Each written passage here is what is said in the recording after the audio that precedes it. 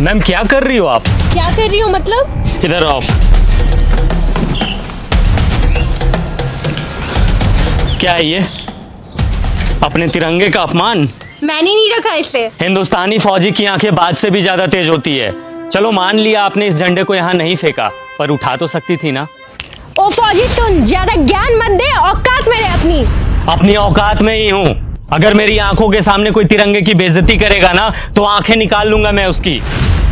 क्या सिर्फ हम फौजी का ही कर्म है तिरंगे की हिफाजत? ये कोई ऐसी वैसी चीज है क्या? अपने देश की आन बान शान है ये, और तिरंगे की हिफाजत सिर्फ फौजी का कर्म नहीं बल्कि हर हिंदुस्तानी का फर्ज है। अरे जाना यार, टाइम मत खराब कर मेरा, बहुत देखे हैं तेरे जैसे। मेरे जैसे नहीं देखे होंगे। तूने एक लड़के को थप्पड़ मारा? लड़की को नहीं मारा बल्कि बदतमीज लड़की को मारा।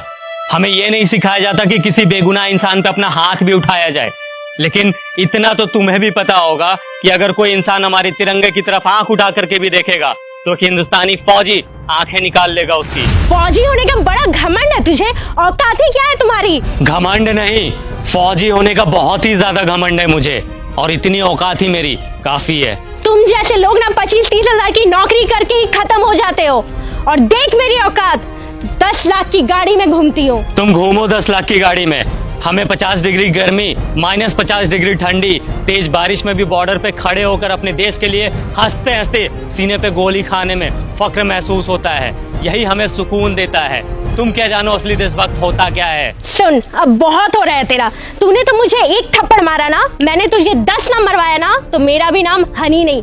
मेरी दीदी यहाँ की डीएम है, रुक अभी बुलवाती उसे। तू बस यहाँ से भागना मत। बिना डरे सीने पे गोली खाने वाले को थप्पड़ से डरा रही हो? फौजी हूँ, 1 इंच भी अपनी जगह से पीछे नहीं हटूंगा। जिसे बुलाना है बुला ले, मैं भी तो जरा देखूं उसे अपना देश प्रेम पहले दिखता है या फिर ये बहन। रुक, अभी समझ आ जाएगा।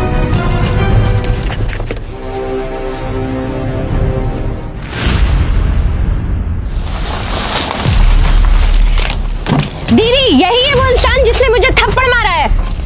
कितना मारा? एक, वो भी बहुत जोर का। कम ही मारा था।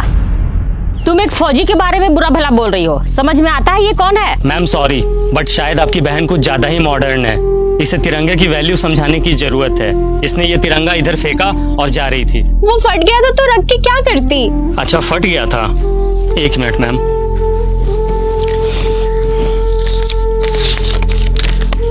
ये कितने का नोट है?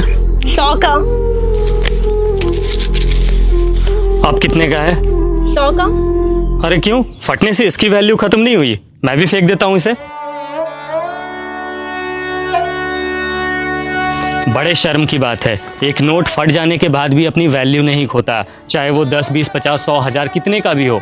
लेकिन हमारा तिरंगा जो अनमोल है वो फट जाने के बाद अपनी वैल्यू खो देता है। लोग इसे फेंक देते हैं।